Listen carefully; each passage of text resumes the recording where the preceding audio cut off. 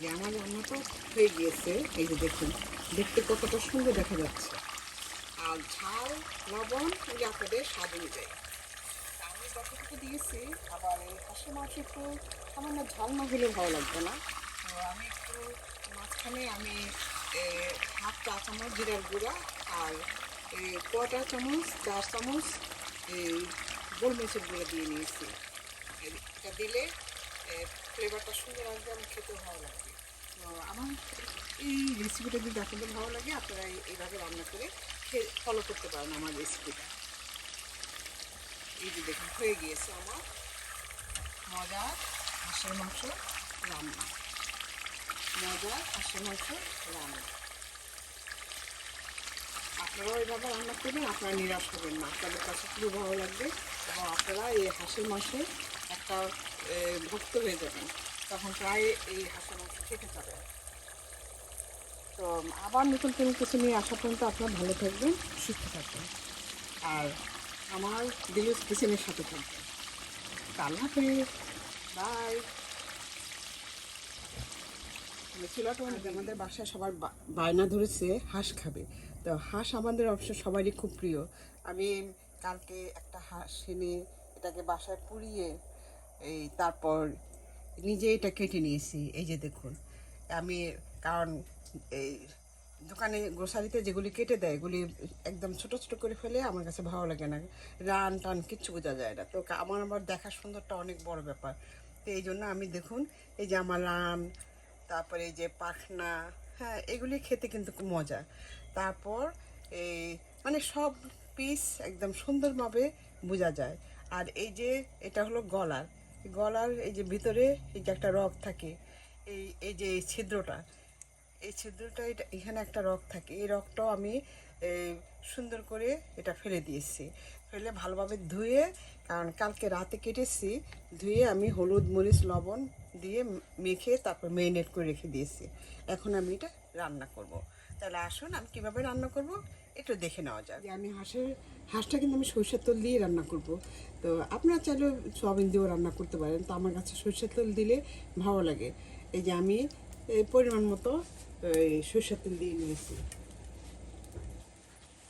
আর এখানে আমি দারচিনি, এলাচি, তেজপাতা, এই যে তেজপাতা ধুয়ে মাঝখানে কেটে নিয়েছি, এই লং দিয়ে আমি এটা তেলের মধ্যে দিয়ে দিলাম। দিয়ে দিচ্ছি পেঁয়াজ কুচি।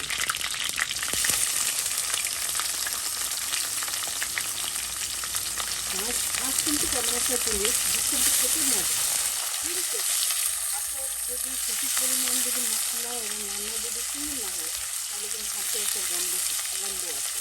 তো সেই কারণে মশলা এবং সব কিছু পরিমাণ মতো দিবেন, ভাত খেতে অসাধারণ। তো কারণ মশলাটা ঠিক মতো দেবেন। এই যে আমি পেঁয়াজটাকে হালকা বাদামি করে তারপর মশলা দিচ্ছি, এই ইয়েটা হাতটা দিয়েছি। আদা রসুনটা কষানো হয়ে গেছে। এখন আমি এখানে এই যে হাফ চামচ হলুদের গুঁড়া, কারণ আমি এই মাংসটা ম্যারিনেট করেছিলাম তখন কিন্তু আমি হলুদ আর মরিচের গুঁড়া দিয়েছি, কাজে সেই জন্য বুঝে দিতে হবে। আর এখানে দিয়ে দিচ্ছি 1 চা চামচ মরিচের গুঁড়া,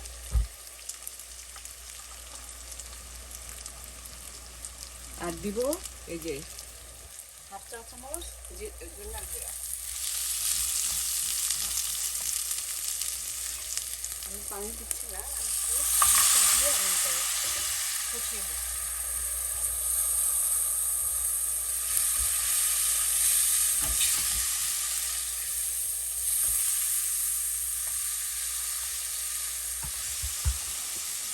এখন দিব 1 চা চামচ জিরার গুঁড়া, ভাজা জিরার গুঁড়া, পরে আবার দিব, আর দিব স্বাদ মতো লবণ।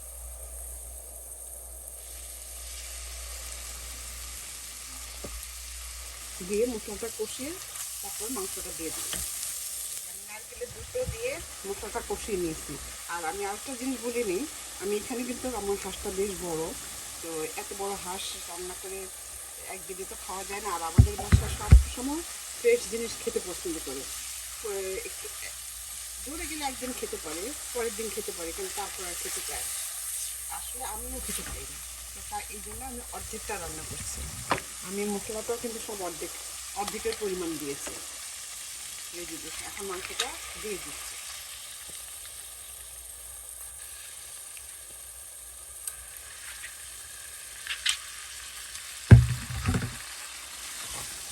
এই দেখুন অর্ধেকটাই কতটুকু। এখন আমি এটা ঢেকে দেব, ঢেকে মানে ভালোভাবে একটু কষিয়ে নেব।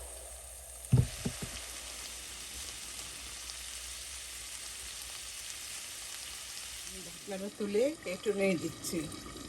এই দেখুন মানে মাছ থেকে কতটুকু তেল উঠেছে।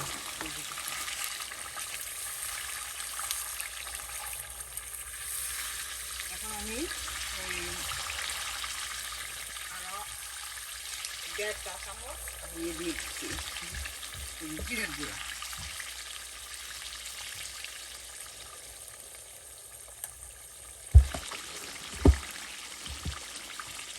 আর দিব যে গরম মশলা, এই যে সামান্য 1/4 চামচ আমি গরম মশলা দিয়েছি। এই যে দিয়ে এখন ভালোভাবে আবার নেড়ে তাকে ঢেকে অল্প আগুনে আস্তে আস্তে মানে সুন্দর মতো হয়ে যাবে। আর আপনার এই লবণটা আপনারা দেখে নেবেন আপনাদের স্বাদ অনুযায়ী। আর ঝালটা আমি যতটুকু দিয়েছি একদম এনাফ। আর দিব কিছুক্ষণ পরে নামানোর আগে আমি দিব একটু গোলমরিচের গুঁড়া। এই যে এখন ঢেকে দেবো। এখানে হাঁস কিন্তু খুব তাড়াতাড়ি সিদ্ধ হয়ে যায়, কষাতে কষাতেই সিদ্ধ হয়ে যায়। এটা আমি কিন্তু এখনো কোনো ঝোল দিইনি, কষাতে কষাতেই সিদ্ধ হয়ে যায়। তো হ্যাঁ ঝোল একটু দিব, সামান্য ঝোল দিব আর একটু পরে। যেমন রান্নাটাও প্রায় হয়ে গিয়েছে। এই যে দেখুন কতটা সুন্দর। যে এখন আমি একটু নামানোর আগে আমি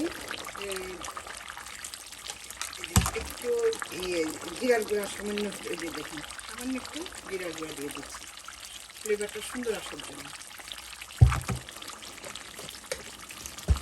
আর দিব একটু গোলমরিচের গুঁড়া। এই যে দেখুন